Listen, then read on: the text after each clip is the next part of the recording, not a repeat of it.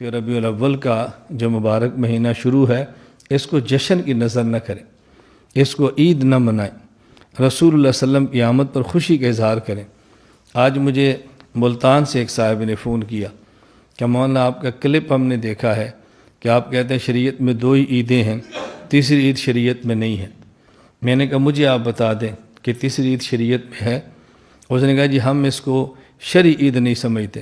میں نے کہا پھر آپ یہی کلپ آپ بنا دیں بھی ہم اس کو شرعی عید نہیں سمجھتے، غیر شرعی عید سمجھتے، آپ بھی بنا دیں۔ مجھے کہتے نہیں ہمارا مقصد سمجھیں۔ میں نے کہا میں نے آپ کا مقصد کیا سمجھنا ہے، مجھے آپ بتا دو۔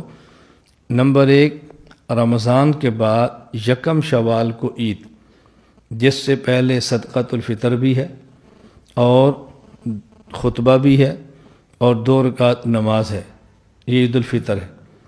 پھر ذی الحج میں خطبہ، 2 رکعت نماز اور قربانی اور 3 دن، ایک یہ عید ہے۔ جب ہم شریعت میں عید کہتے ہیں تو عید کا مفہوم یہ ہوتا ہے، عید کا مفہوم یہ ہوتا ہے۔ ایسی عید اس 2 کے علاوہ کوئی اور بھی ہے؟ کہا جی نہیں۔ تو میں نے کہا اصطلاحات شریعت کو سمجھو، اصطلاحات شریعت کو تبدیل نہ کرو۔ نماز ایک شریعت کی اصطلاح ہے، روزہ ایک شریعت کی خاص اصطلاح ہے۔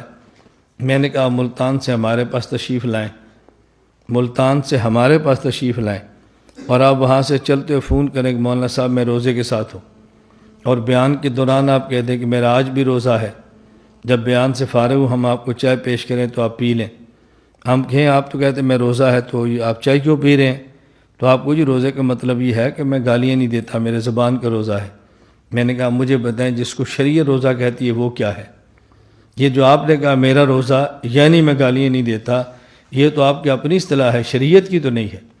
تو شریعت جسے عید کہتی ہے وہ 2 ہی عیدیں ہیں، ایک عید الفطر، ایک عید الاضحیٰ۔